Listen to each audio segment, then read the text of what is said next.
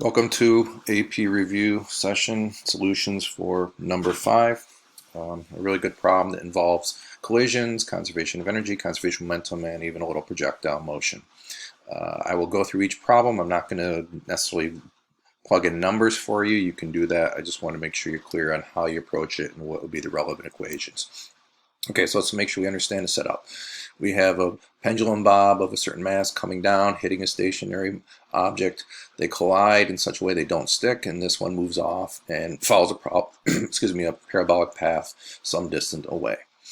Okay, so they want to calculate the speed of the bob just before the collision. Okay, what information do we have about it? Well, we know the length of the pendulum, we know the angle that it's starting at, but we don't know its initial height. This is not a kinematics problem because you can't use kinematics because the acceleration is changing as it falls. So if they want a speed, and we don't really know anything about this yet, then this is a conservation of energy. In other words, what we're going to say is that whatever potential it has, is going to go into kinetic. So essentially, if I solve those, mgh equals 1/2 mv squared, and I solve for v, we know that's going to be basically radical 2gh. That's pretty standard for conservation. The question is, how do we get this h right here? Well, that's, if you remember the ballistic pendulum lab, there we have to use a little trigonometry. So I'm going to draw that triangle over here. So I did this, I think, in a similar problem. So here's our bob. Okay, it is length L. There's where the length of the pendulum matters. This is an angle of 60. Okay, and then what's going to happen is the bob is going to swing down to, actually, let me just draw this as to where it swings down to. I know this isn't the same length, but that's all right. So what we have is it falls this length h. So I'm going to translate this length h to over here. So here's h. So the rest of this length must be L minus h. So this should be starting to become familiar in terms of doing a derivation. So we have a triangle here where here is L. From here to here is L minus h. And then I can kind of complete the triangle just for the sake of it. So what I can say is, since I've got two sides of the triangle and an angle, I can say cosine of 60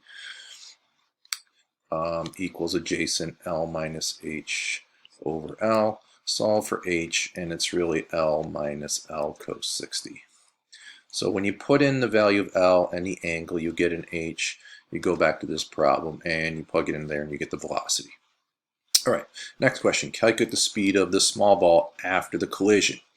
I would immediately think, all right, I'm going to use conservation of momentum. I'm going to say all the momentum before the collision was in this ball, and we know its velocity, so we can calculate it.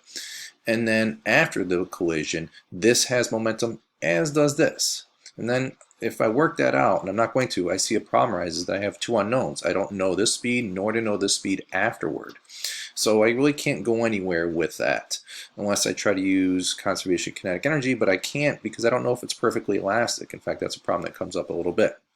So how am I supposed to figure out the speed if I can't base it on momentum because I have two unknowns for the after part?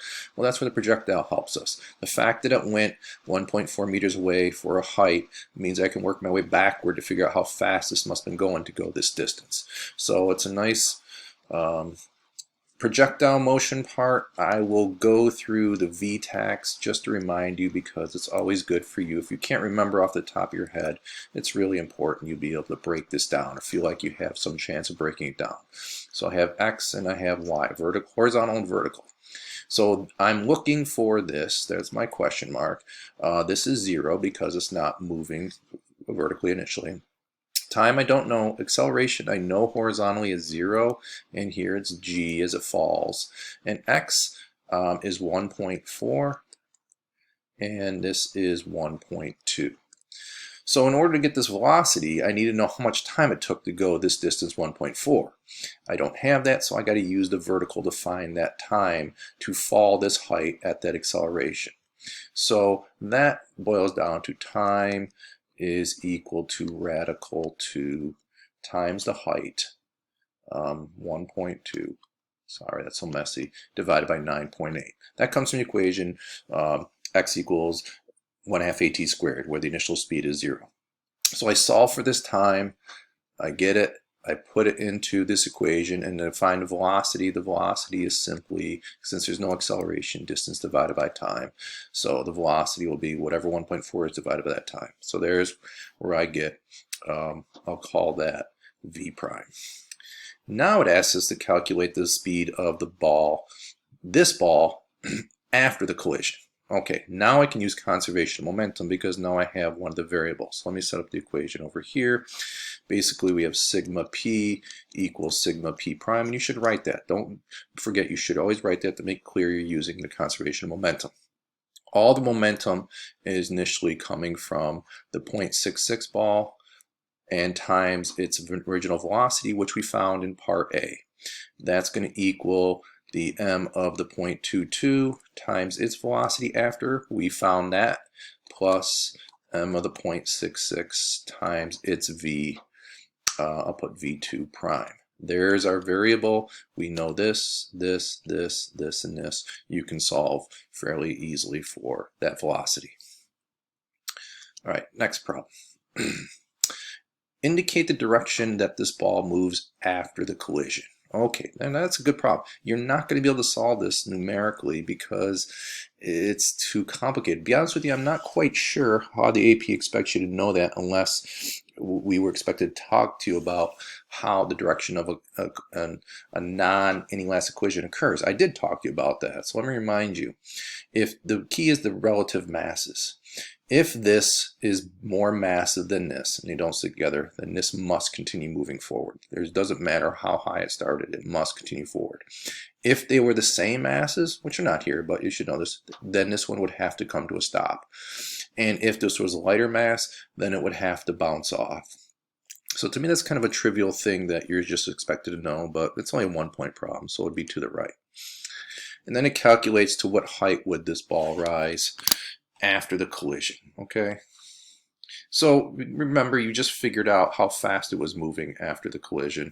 So if they want to know height, I'm hoping what's jumping out at you is we just want to use conservation of conservation of energy. In other words, after the collision, it has a certain kinetic energy, and then that's going to go into a gravitational potential energy, okay? Ideally, actually, I'm not going to make that statement. I'd say it should go back to its original height, but it hit something and gave some its velocity. So anyway, when you go to calculate the height that this went to, you'll get a certain value. And then based on your data, is this collision elastic? All right, so this is important. You might be tempted to say yes because they didn't stick together, but that's not the definition of elastic. Elastic means that kinetic energy was conserved. So basically what they're asking is the kinetic energy of the ball before equal to the total kinetic energy after. Okay, so that's where you need the velocities of each. The original 0.66 coming in, it has a certain kinetic energy, and then if you look at the kinetic energy of it after and you add it to the kinetic energy of the smaller ball, you have to take into account, okay, you will find that they don't quite add up. So the answer is no, and you justify it by showing that. Okay, I believe that's it for I just want to make sure I'm not missing something. I thought there was only one problem that I put there. Okay, so if you have any questions, ask and review.